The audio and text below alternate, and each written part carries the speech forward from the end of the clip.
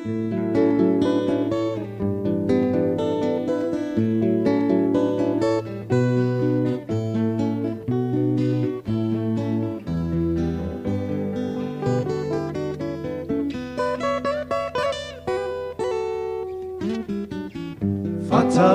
reo lalao tany anaty lobolobo tapakazo no babasy tam'izany ela le rolona manentsika mandresy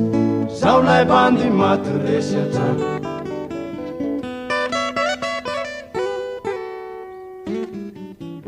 akandasitra leriny fanekena fanaonany eny lany tena izy ireo kanetiny no bakoko ny marainy lasa nany takitra tsy nisy angamba matololo matombola niaritra n'izany velalay azo tsara kolokolo etsy akaiky abozaka mandady alaboly sy ny ditrary ny ampivangabao zany letsy no niarana natao naonela no tsy voakasikasika zao kanefa feno takobe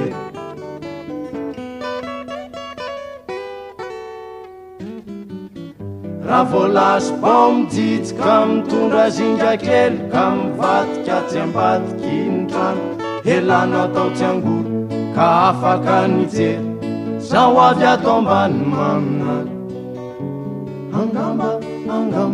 angamba matololo matombola niaritra n'izany velalay azo tsara kolokolo etsy akaiky abozaka mandady tony aponga tsara rindra niaraka ny tobotoboka ny fotsika tambao mijitsy ny azy ny safity vitatrany ampiandohany zava-ozo nahita anjely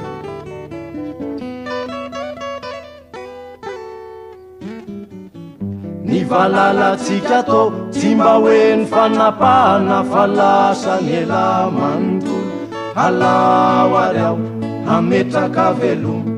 any ankoatrindray angamba miaona mazava ny lalana odiavitro tsy misy tsindry aloka intsony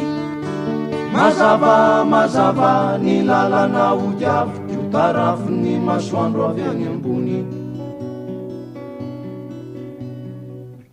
fatsaroko reo lalao tany anaty lobolobo tapakazo no babasy tam'izany ela le rolona manentsika mandresy zao lay bandy maty resy atrano